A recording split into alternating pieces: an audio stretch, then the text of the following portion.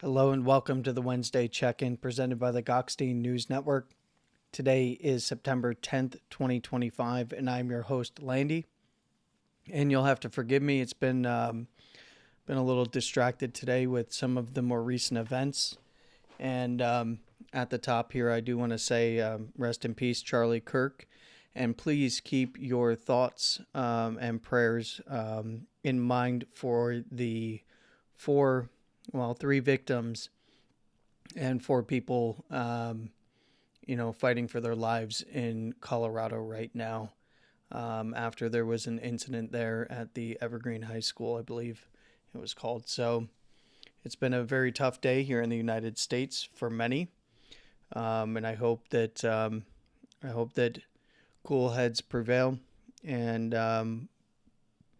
we can all learn from some of these incidents, despite many people having differences, and move forward with helpful discourse and maybe ways to solve some of these problems moving forward. So that being said, my thoughts and prayers with the family for Charlie Kirk and for those victims in Colorado.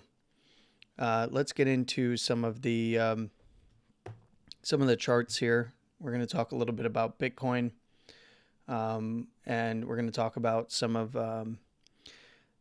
what to expect or what to look forward to for tomorrow for CPI data. We did get PPI data in today as well. I don't think that's going to show. No, it is still going to show because it's still up on the chart. So it usually goes away after a set amount of time. I guess we're still within that time frame. But PPI data did come in under. It came in 0.4% under the forecast. Metrics were kind of trending that way, but this was a positive miss for the one of the underlying inflationary metrics that is to be considered by the Fed. And then, of course, we did see a market response. That market response was actually seen in the traditional market sphere, with more consolidation. Obviously, awaiting realistically, it's kind of the hurry up and wait, like I've been talking about for the FOMC meeting. But realistically, the bond market did react, and we did see yields come down on the shorter end. And there's some more significant things going on. There won't get too deep into it, but essentially, at minimum, a 25 point basis cut is being factored in, as I've been saying, by the market. And this includes not just secondary, but primary bids on Mondays. And then, of course, the ancillary auctions from there. So the 13 and 26 week. And then, last week we had some shorter and longer dated that went up on Tuesday because there was a holiday Monday. But the market is pricing in a 25 basis point cut and really trying to force the Fed's hands. A lot of the member banks are required to bid anyway. And I mentioned that after the PPI data, I would kind of give my outlook. I was kind of at a 60-40 in terms of Fed cut next week.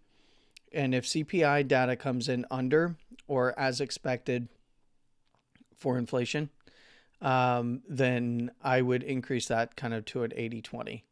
It's still kind of on the knife's edge for the Fed mandate, though, right? So, and Jerome Powell could go either way. And I maintain that, if they don't cut in September, I am expecting cuts in Q4. So still have to look out for the FOMC tomorrow. But if you want to get an idea of what's kind of going on, you can, if you're in TradingView, you can just take a look at the little quick select down here for events. And you can see kind of what they expected is for core inflation rate year over year, month over month, and then core month over month. So we are looking at an expected 3.1% inflation rate at 2.9 for year over year, and then month over month, the expected is 0.3% across the board. So, if those come in as expected, I think it's going to shift towards more of the employment side for the Fed in terms of urgency and kind of weighting of the decision to cut rates, along with market participants, really trying to force the issue through the bond auctions and then on secondary.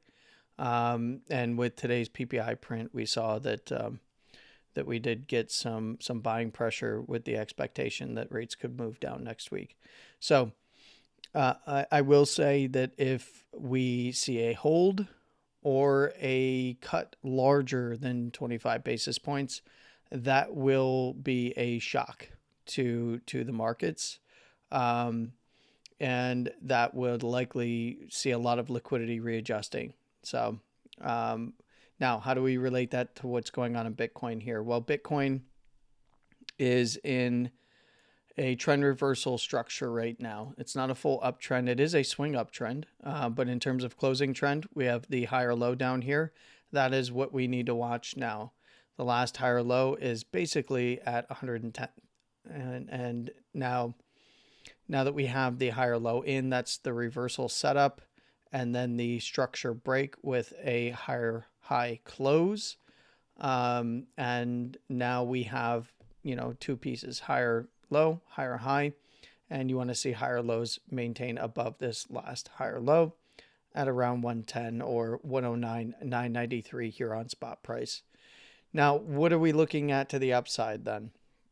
Realistically, it's pretty simple. We're looking right to the bottom side of this tighter range up here, which is, that's the original range, that 115.7 to 117.8, I believe it is. We'll go ahead and turn that on. Yep.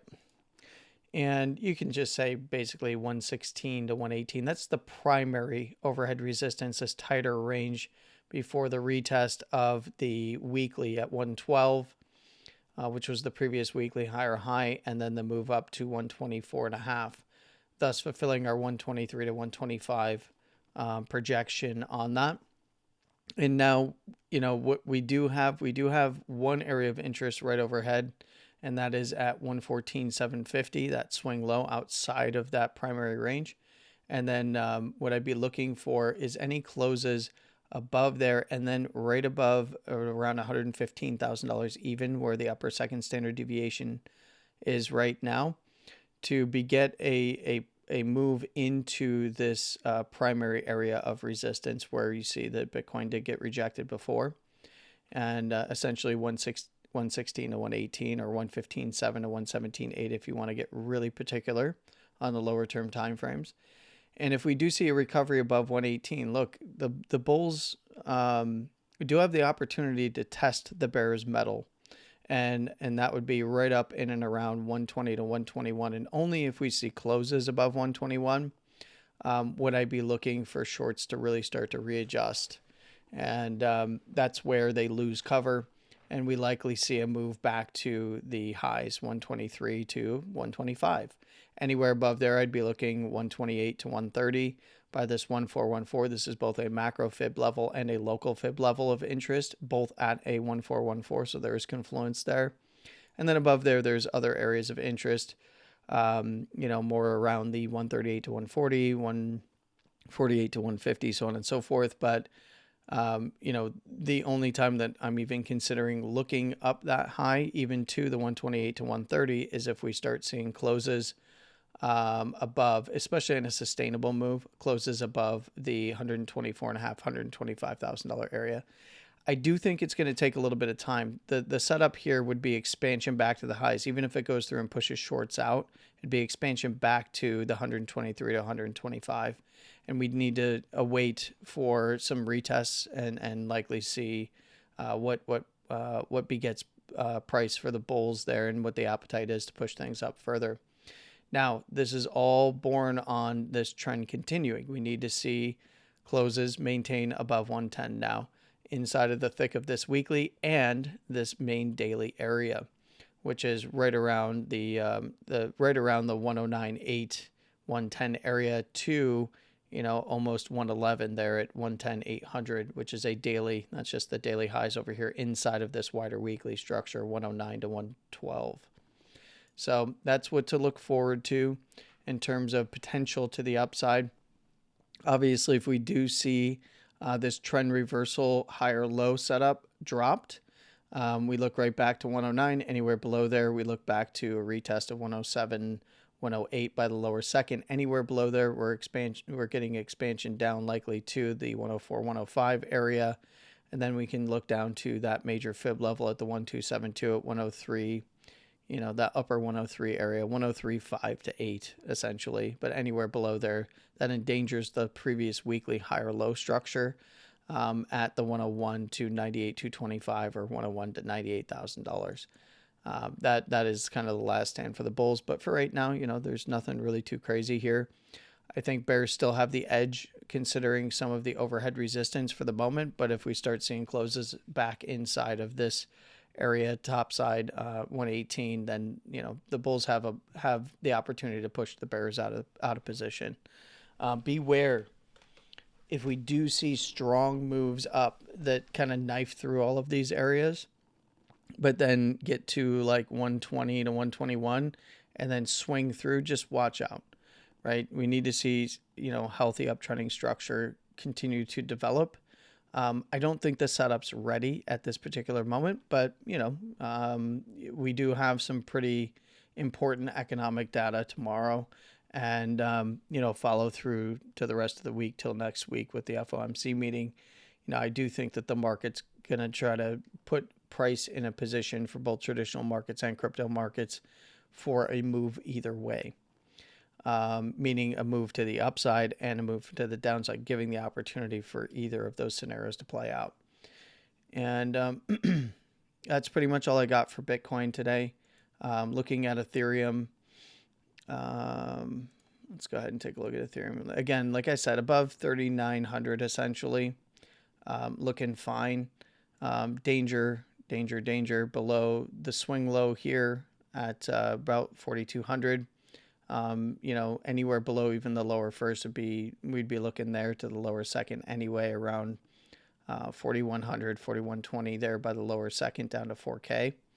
But, as long as it's inside of this zone, 3,900 to 3,930, it's fine.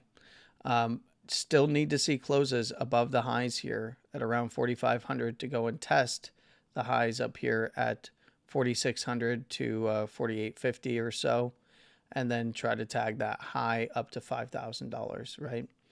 And then above $5,000, we can start entertaining 5,500, 6K, 6,500 and above on swings. That's a major fib level up there that I've talked about quite a bit. It's around a 16.8% above the prior cycle high. So we have some major areas to pay attention to up there as well. Solana looking good. This is what we wanted to see, is a break of trend, right? So above the we had a little bit of consolidation in the bullish half of the bands here. We needed to see a break above that 213 to go test the highs. We're now testing up to some of the areas that I talked about above 220 to 225. Opportunity for 230 is now on the table, and above 230, 235. And if we start to see expansion above there, then we can start looking 250, 255 up here. And for Solana to try to work its way back into the all-time highs structure. So, and things could get pretty violent to the upside there if that's able to be completed. Now, the big thing is for the current structure, want to see closes above the higher low. They're right at around $200. So that's going to be it for today.